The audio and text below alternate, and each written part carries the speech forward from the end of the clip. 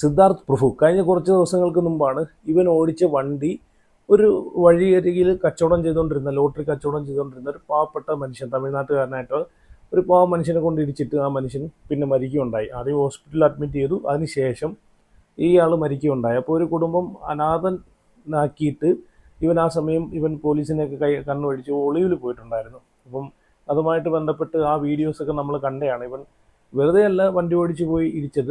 ഇവൻ കള്ളും കഞ്ചാവും അടിച്ച് അമിത വേഗത്തിൽ മദ്യപിച്ച് ലക്ക് കെട്ട് ഇനി എന്തൊക്കെ ഇവന് ഉപയോഗിച്ചിട്ടുണ്ടെന്ന് അത് പോലീസിന് മാത്രമേ അറിയാവൂ. ആ പോലീസിന് അറിയാമെന്ന് വെച്ച് കഴിഞ്ഞാൽ ഇവൻ പോലീസിനെ പിടി കൊടുത്തിട്ടില്ല, ഇവൻ ഒളിവിൽ പോയിരുന്നു. പോലീസിനെ ഇവൻ പിടി കൊടുത്തിട്ടില്ല, ഒളിവിന് പോയിരുന്നു. അങ്ങനെ ഇവൻ അമിത വേഗത്തിൽ കൊണ്ട് ഇടിച്ച ആ ഒരു വ്യക്തി ഇപ്പം ജീവനോടില്ല. ഓവർ സ്പീഡിൽ തലയ്ക്ക് ലെവലില്ലാതെ. എന്നിട്ട് അതിന് ശേഷം നാട്ടുകാർ കയറി ഇവനെ ചോദ്യം ചെയ്തപ്പോഴത്തേക്ക് ഇവൻ കാണിച്ചു കൂട്ടിയ കോപ്രായങ്ങളും കോമാളിത്തരങ്ങളെല്ലാം നമ്മൾ കണ്ടതാണ്. മദ്യപിച്ച് വണ്ടി ഓടിച്ചിട്ട് ഇവൻ ഒരാളെ കൊണ്ട് ഇടിച്ച് അയാളെ മരണത്തിലേക്ക് തള്ളിവിട്ടതും പോരാഞ്ഞ് ഇവൻ അവിടെ കാണിച്ചു കൂട്ടിയ ഷോ ഓഫ് എല്ലാം നമ്മൾ കണ്ടതാണ്. ഷോ ഓഫ് എന്ന് വെച്ചാൽ വെറും പട്ടി ഷോ ഓഫാണ് അവിടെ കാണിച്ചു കൂട്ടിയത്. അപ്പം എന്നിട്ടും ഇവനെ സപ്പോർട്ട് ചെയ്ത ഒരുപാട് ആളുകൾ സോഷ്യൽ മീഡിയയിലൊക്കെ വന്ന് ഇവനെ സപ്പോർട്ട് ചെയ്ത് കമൻ്റ് ഇടുന്ന കണ്ടായിരുന്നു. പിറ്റേന്ന് തന്നെ ഇവനെ ഉപ്പുമുളകിൽ, ഇപ്പം റീസെൻ്റായിട്ട് ഇപ്പോൾ ഉപ്പുമുളകിലാണ് ഇവൻ അഭിനയിച്ചുകൊണ്ടിരിക്കുന്നത്. പിറ്റേന്ന് തന്നെ ഉപ്പുമുളകിൽ വന്നിട്ട് ഇവനെ അന്വേഷിക്കുന്ന ഒരുപാട് ആളുകളെ ഞാൻ കണ്ടായിരുന്നു. സിദ്ധാർത്ഥ് പ്രഭു ഇല്ലാതെ ഉപ്പുമുളകും ഞാൻ കാണത്തില്ല, സിദ്ധാർത്ഥ് പ്രഭു ഇല്ലാതെ ഉപ്പുമുളകും കാണാൻ രസമില്ല എന്നൊക്കെ പറഞ്ഞിട്ട് ഒരുപാട് ആളുകൾ ഒരു മനുഷ്യത്വം ഇല്ലാതെ വന്നിട്ട് കമൻ്റ് ചെയ്യുന്നത് ഞാൻ കണ്ടായിരുന്നു. അപ്പം ഇത് അവരവരുടെ വീട്ടിലാണ് ഈ ഒരു അവസ്ഥ വന്നിട്ടുണ്ടെങ്കിൽ, ആ സ്വന്തം വീട്ടിലെ ഒരു വ്യക്തിയാണ് ഇവൻ ഇടിച്ചു തെറിപ്പിച്ച് കൊന്നതെങ്കിൽ ഇതുപോലെ വന്നിരുന്ന് കമൻറ്റ് ചെയ്യുമോ നിങ്ങളൊക്കെ? ഇല്ല, ഒരിക്കലും ചെയ്യത്തില്ല, അല്ലേ?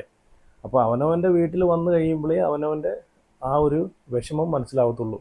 ഇതൊരു തമിഴ്നാട് സ്വദേശി ആയതുകൊണ്ട് അപ്പം ഇത് വലിയ കേസൊന്നും ഇല്ലാതെ മിക്കവാറും ഒതുക്കി തീർത്ത് കാണാനാണ് ചാൻസ്. കാരണം ഈ ഒരു വിഷയത്തിന് ശേഷം പിന്നെ നമ്മളാരും ഇതിനെ പറ്റിയിട്ട് ഒരു വിവരവും നമ്മളാരും കണ്ടില്ല, കേട്ടില്ല.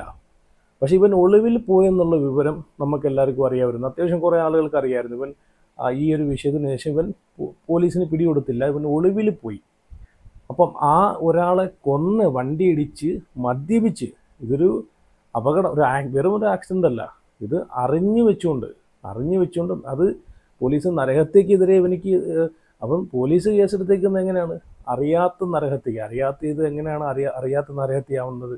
മദ്യപിച്ച് വണ്ടി ഓടിക്കുന്നത് കുറ്റകരമാണെന്ന് എല്ലാവർക്കും അറിയാം. മദ്യപിച്ച് വണ്ടി ഓടിച്ച് വേറെ ആളെ കൊണ്ട് ചെന്ന് മനഃപൂർവ്വം ഇടിക്കുന്നത് എങ്ങനെ അറിയാത്ത നരഹത്യക്ക് പോലീസ് കേസെടുക്കുന്നത്? അറിഞ്ഞുകൊണ്ടുള്ള നരഹത്യയാണ് ഇവൻ ചെയ്തിട്ടുള്ളത്.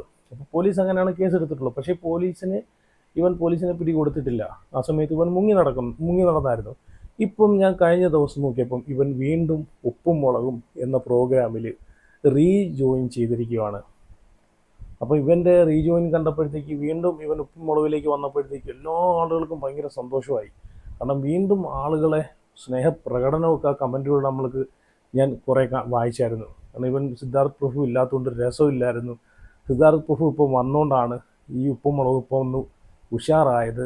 ഇനി ഏതോ അബദ്ധവും ഒരാൾക്കും പറ്റും, ഇനി തെറ്റിലോട്ട് പോവാതിരിക്കും എന്നൊക്കെ പറഞ്ഞുകൊണ്ട് ഒരുപാട് ആളുകൾ വന്നിരുന്നിട്ട് ന്യായീകരിച്ച് കമൻ്റ് ഇടുന്നത്.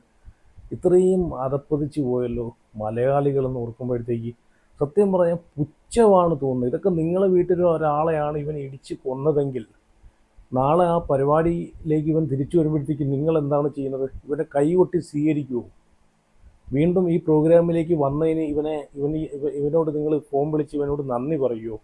അതോ നിങ്ങളെ വീട്ടിലെ ഒരാളെ ജീവൻ നഷ്ടപ്പെട്ടതിനെതിരെ നിങ്ങൾ വീണ്ടും നിയമപരമായിട്ട് നിങ്ങൾ മുമ്പോട്ട് പോവോ? ഏതാണ് നിങ്ങൾ ചെയ്യുന്നത്? ഇത്രയും വിവരമില്ലാത്ത കുറേ മലയാളികൾ ഇതുപോലുള്ള, ഞാൻ ഈ ഷോയെ കുറ്റം പറയുന്നില്ല. കാരണം ഈ ഷോയെ ഞാനും കണ്ടുകൊണ്ടിരുന്ന ഒരാളാണ്. നല്ലൊരു ഷോയാണ്. കാരണം നമുക്ക് കുറച്ച് റിലാക്സേഷനൊക്കെ കിട്ടുന്ന, മൈൻഡൊക്കെ ഒന്ന് ഫ്രീ ആവുന്ന നല്ലൊരു ഷോയാണ്. പക്ഷേ ഇതൊരു ധാർമ്മികതയാണ്. ഇത് എത്തിക്സിന് നിരക്കുന്നൊരു കാര്യമാണോ? ഒരാളെ അറിഞ്ഞുകൊണ്ട് മദ്യപിച്ച് ലക്ക് കെട്ട് വണ്ടി കൊണ്ട് ഇടിച്ചതിന് ശേഷം അയാൾ മരണപ്പെടുകയുണ്ടായി. പിന്നെയും ഇവൻ ആ പ്രോഗ്രാമിൽ എന്തിന് വെച്ചുകൊണ്ടിരിക്കുന്നു?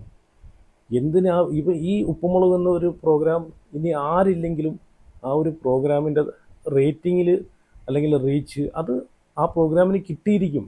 ഇപ്പം തന്നെ അതിനകത്തുള്ള മുമ്പേ ഉള്ള സീനിയറായിട്ടുള്ള ആർട്ടിസ്റ്റുകൾ അവരെത്ര പേര് ഉപ്പുമുളകിൽ നിന്നും അവർ മാറി നിന്നിട്ടുണ്ട്. എന്നിട്ട് പോലും ഇപ്പോഴും ആ ഒരു പ്രോഗ്രാം നല്ലപോലെ ഓടുന്നുണ്ട് അല്ലേ. അപ്പം ഈ സിദ്ധാർത്ഥ് എന്ന് പറയുന്ന ഒരു വ്യക്തി ഉണ്ടെങ്കിലും ഇല്ലെങ്കിലും ആ ഒരു പ്രോഗ്രാമിന് കിട്ടേണ്ട റേറ്റിംഗ് കിട്ടിയിരിക്കും, ആ ഒരു പ്രോഗ്രാമിന് കിട്ടേണ്ട റീച്ച് കിട്ടിയിരിക്കും. പക്ഷേ ഇപ്പോൾ അവനെ വീണ്ടും തിരിച്ചെടുത്തിരിക്കുന്നു.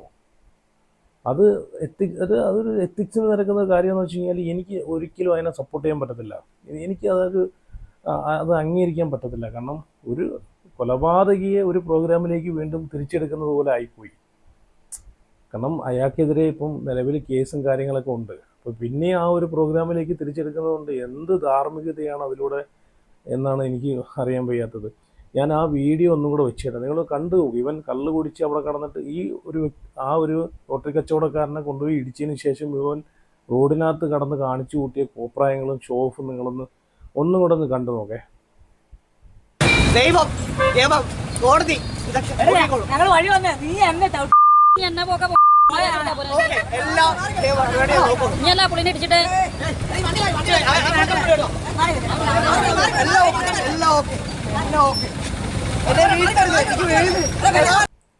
കണ്ടല്ലോ, ഇതാണ് അന്ന് അവൻ അവിടെ കാണിച്ചു കൂട്ടിയത്. കള്ള് കുടിച്ച് ലെക്ക് കെട്ടി ഇവൻ കാണിച്ചു കൂട്ടിയ കോപ്രായങ്ങൾ. എന്നിട്ടും ഇതിനെ സപ്പോർട്ട് ചെയ്യാൻ ഒരുപാട് മലയാളികൾ രംഗത്ത് വന്നല്ലോ എന്ന് ഓർക്കുമ്പോഴാണ്. അതിനുശേഷം നമ്മൾ കണ്ടതാണ് ജിഷൻ മോഹനൊക്കെ വന്നിരുന്നിട്ട് ഇവനെ ന്യായീകരിച്ച് വീഡിയോ ഇടുന്നത് നമ്മൾ കണ്ടതാണ്. ഒരബദ്ധം ആർക്കും പറ്റും, ഒരാളെ വണ്ടി ഇടിച്ചെന്ന് പറഞ്ഞിട്ട് അവനോട് അങ്ങനെ ചെയ്യാൻ പാടുണ്ടോ എന്നൊക്കെ ചോദിച്ചുകൊണ്ട് ജിഷനൊക്കെ രംഗത്ത് വന്നിട്ടുണ്ടായിരുന്നു. അതിനുശേഷമാണ് ആ വ്യക്തി ഹോസ്പിറ്റലിൽ മരണപ്പെട്ടത്.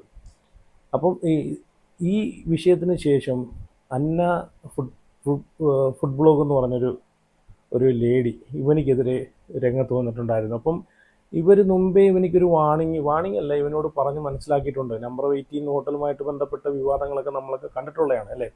അപ്പം ആ ഹോട്ടലിനകത്ത് ഇവർ ഒരു പ്രോഗ്രാമിൻ്റെ ഭാഗമായിട്ട് ആ ഹോട്ടലിൽ പോയ സമയത്ത് അവിടെ വീഡിയോസൊക്കെ എടുക്കുന്ന സമയത്ത് ഇവരെ വീഡിയോസിനകത്തൊക്കെ ഈ സിദ്ധാർത്ഥ് പ്രഭു അവിടെ നിൽക്കുന്നതും അവിടെ വേറെ നമ്പർ 18 ഹോട്ടലിനകത്ത് പോകുന്നത് എന്തിനാണ് നമുക്ക് അറിയാവുന്നതാണ്. നമ്പർ 18 ഹോട്ടൽ എന്ന് വെച്ച് കഴിഞ്ഞാൽ അവിടെ കള്ളു പിടിക്കാനും പെണ്ണ് പിടിക്കാനും ഇതിനൊക്കെയാണ് ആളുകൾ പോകുന്നത്. അപ്പം അന്ന് ഇവനെ അവിടെ വെച്ച് കണ്ടെന്നാണ് ഇവർ പറഞ്ഞിട്ടുള്ളത്. അന്ന് ഇവൻ്റെ അടുത്ത് പറഞ്ഞാണ് ഇതൊന്നും നല്ല കാര്യമല്ല, ഇതൊക്കെ മോശമായിട്ടുള്ള കാര്യമാണ്, ഇനി ഇതൊന്നും ആവർത്തിക്കില്ലെന്നൊക്കെ പറഞ്ഞിട്ട് ഇവൻ കാല് പിടിച്ച് അവരുടെ അടുത്ത വീഡിയോസിനകത്ത് ഇവൻ്റെ ഭാഗങ്ങളൊക്കെ നീക്കം ചെയ്യിപ്പിച്ച് ഇടല്ലെന്നൊക്കെ പറഞ്ഞിട്ട് കാല് പിടിച്ച് അഭ്യർത്ഥിച്ചിട്ടൊക്കെ പോയ വ്യക്തിയാണ് ഇവനെന്നാണ് പറയുന്നത്.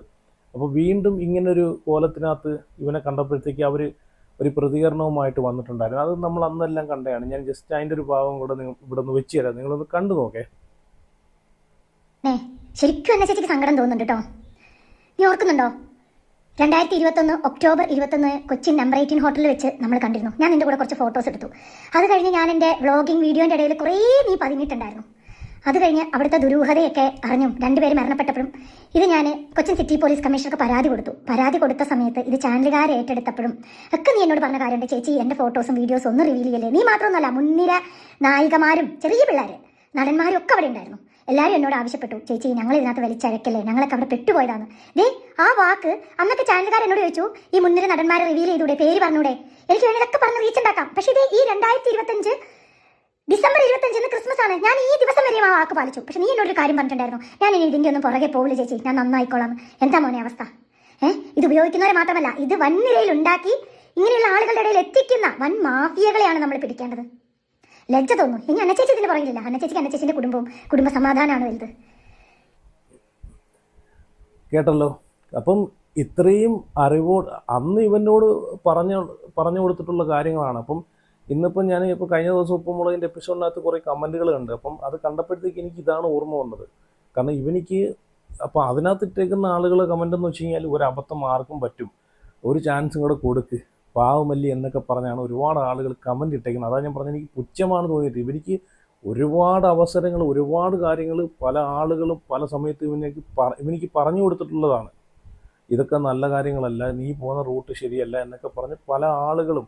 ഇപ്പോൾ ഈ പറയുന്ന ഈ അന്ന ഫുഡ് ബ്ലോഗ് എന്ന് പറഞ്ഞിട്ടുള്ള ഈ ചാനലിനകത്തുള്ള ഈ ലേഡി തന്നെ ഇവനെ ഒന്ന് ഉപദേശിച്ചിട്ടുള്ള. ഇതിനു മുമ്പും ഇവൻ കാല് പിടിച്ച് അവരെടുത്തേക്കുന്ന വീഡിയോ ക്ലിപ്പുകളൊക്കെ ഡിലീറ്റ് ചെയ്തിട്ടുണ്ടായിരുന്നു. അതിനകത്ത് എന്തൊക്കെയാണെന്ന് നമുക്ക് ഊഹിക്കാന്നേ ഉള്ളൂ. ചിലപ്പം കള്ള് കുടിക്കുന്നതായിരിക്കാം, അല്ലെങ്കിൽ ചിലപ്പം മറ്റുള്ള ലേഡീസുമായിട്ട് ഡാൻസ് കളിക്കുന്നതായിരിക്കാം, കള്ള് കുടിച്ച് കോപ്രായങ്ങളൊക്കെ കാണിച്ചു കൂട്ടുന്നതായിരിക്കാം.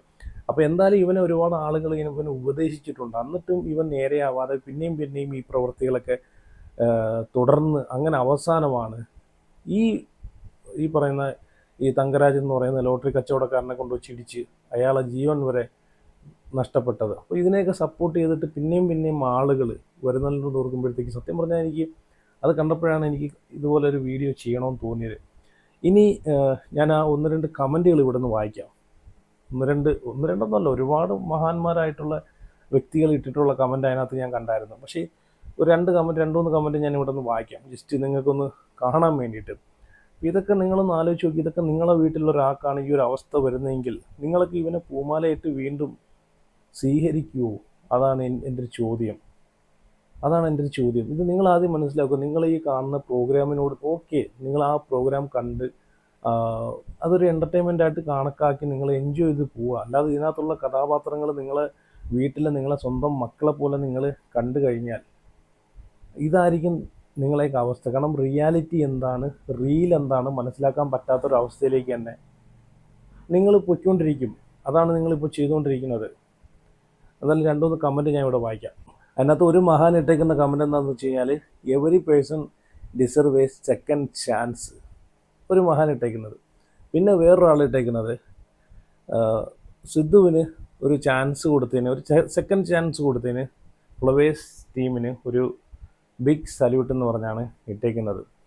പിന്നെയും ഒരാൾ ഇട്ടേക്കുന്ന, ഒരു മഹാൻ ഇട്ടേക്കുന്നതെന്ന് വെച്ച് കഴിഞ്ഞാൽ, സിദ്ധാർത്ഥ് ഇല്ലാത്തതുകൊണ്ട് ഉപ്പും മുളകും കാണാറില്ലായിരുന്നു, ഇപ്പോൾ സിദ്ധാർത്ഥ് തിരിച്ചു വന്നുകൊണ്ട് ഉപ്പും മുളകും വീണ്ടും കാണുന്നുണ്ട് എന്ന് പറഞ്ഞാണ് ഇട്ടേക്കുന്നത്. സത്യം പറഞ്ഞാൽ ഇങ്ങനെ ഒരുപാട് കമൻറ്റ് ഇപ്പോഴും അവനെ സപ്പോർട്ട് ചെയ്തിട്ടാണ് ഈ ആളുകളൊക്കെ കമൻ്റ് ഇടുന്നത് ഓർക്കുമ്പോഴത്തേക്ക് വെറും പുച്ഛമാണ് തോന്നുന്നത്. ഒരാളെ ഇടിച്ച് കൊന്നതിന് ശേഷം, ഒരാളെ ഇടിച്ച് അയാളുടെ ജീവൻ നഷ്ടപ്പെടുത്തിയതിന് ശേഷം ആ ഒരു വ്യക്തിക്കൊരു അവസരം, നിങ്ങളെ വീട്ടിലെ ഒരാളാണെങ്കിൽ നിങ്ങളിങ്ങനെ പറയുമോ അയാൾക്കൊരു സെക്കൻഡ് ചാൻസ് കൂടെ കൊടുക്കണം, കയ്യബദ്ധം പറ്റിയതാണ്, every person deserved A second chance എന്ന് പറഞ്ഞിട്ട് നിങ്ങളിങ്ങനെ കമൻ്റ് ഇടുവോ?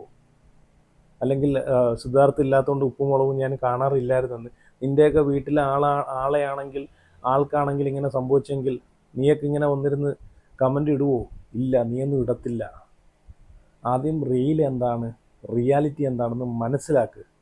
നീയൊക്കെ കാണുന്ന ഈ പ്രോഗ്രാം ഉണ്ടല്ലോ, നിൻ്റെയൊക്കെ തലയ്ക്ക് പിടിച്ചിട്ട് പ്രാന്തായിട്ട് നിൻ്റെയൊക്കെ സ്വന്തം വീട്ടിലെ ആളെ പോലെ വെച്ചുകൊണ്ടിരിക്കുന്ന ഇങ്ങനെയുള്ള ഇവൻ്റെയൊക്കെ റിയൽ സ്വഭാവം അറിയണമെങ്കിലുണ്ടല്ലോ, ഇവൻ്റെയൊക്കെ കൂടെ ഒരു 2 ദിവസം നീയൊക്കെ ഒന്ന് താമസിച്ച് നോക്കണം. ഇവനൊക്കെ ആരാണെന്ന്. വേൾഡ് ഫ്രോഡായിട്ടുള്ള ആളുകളെ വരെ നിങ്ങളെ സ്വന്തം മകനെ പോലെ നിങ്ങൾ കണ്ടുകൊണ്ടിരിക്കുന്ന, നിങ്ങൾ ടെലിവിഷൻ സ്ക്രീനിലുണ്ടല്ലോ, അതൊക്കെ നിങ്ങൾ ഇവൻ്റെ കൂടെയൊക്കെ 2 ദിവസം നിങ്ങൾ താമസിച്ച് കഴിയുമ്പോഴേ അറിയൂ ഇവനൊക്കെ വേൾഡ് ഫ്രോഡാണെന്ന്. അതല്ലേ, ഒരു മനുഷ്യനെ, പാവപ്പെട്ട ഒരു മനുഷ്യനെ ഇടിച്ചു തെറിപ്പിച്ചതിന് ശേഷം അയാളെ ഹോസ്പിറ്റലിൽ കൊണ്ടുപോകാൻ പോലും ഒരു മര്യാദ കാണിക്കാതെ ലെക്ക് കെട്ട് കൂത്താടി കള്ളിൻ്റെയും പെണ്ണിൻ്റെയും, നീയൊക്കെ ഈ കണ്ടുകൊണ്ട് കാണുന്ന നിൻ്റെയൊക്കെ സമയവും നിൻ്റെയൊക്കെ പൈസ ഉണ്ടല്ലോ, അതാണ് ഇവനൊക്കെ കുടിച്ച് കൂത്താടി നിങ്ങളെയൊക്കെ പോലെയുള്ള പാവങ്ങളെ മെക്കിട്ട് കയറാനെ കൊണ്ട് ഇവനൊക്കെ കാണിച്ച് കൂട്ടുന്ന ഈ ധൈര്യങ്ങളൊക്കെ. അപ്പോൾ അതാദ്യം മനസ്സിലാക്കുക. അപ്പോൾ റിയാലിറ്റി എന്താണെന്ന് ആദ്യം മനസ്സിലാക്കിയിട്ട് മാത്രം ഇങ്ങനെയുള്ള ടീമുകളെയൊക്കെ സപ്പോർട്ട് ചെയ്യുക. നല്ല ആളുകളും ഇല്ലെന്നല്ല, നല്ല ആളുകളും ഉണ്ട്. ഇവൻ നല്ലൊരു വ്യക്തിയാണെങ്കിൽ ഇവൻ എന്ത് ചെയ്തേനെ?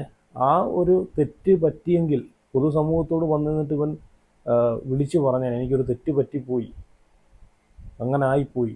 ഇന്ന് വരെ ഇതിനെതിരെ ഒരു എക്സ്പ്ലനേഷൻ പോലും ഇവൻ കൊടുത്തിട്ടില്ലെന്ന് ഓർക്കണം. ഒരു എക്സ്പ്ലനേഷൻ പോലും പോലീസിന് പോലും പിടിയെടുക്കാതെ വീണ്ടും വന്ന് ഉപ്പും മുളകിൽ കയറി പൈസയ്ക്ക്. കൂടുതലൊന്നും പറയാനില്ല. അപ്പോൾ എന്തായാലും നിങ്ങളുടെ അഭിപ്രായങ്ങളൊക്കെ ഉറപ്പായിട്ട് കമൻറ്റ് ചെയ്യുക.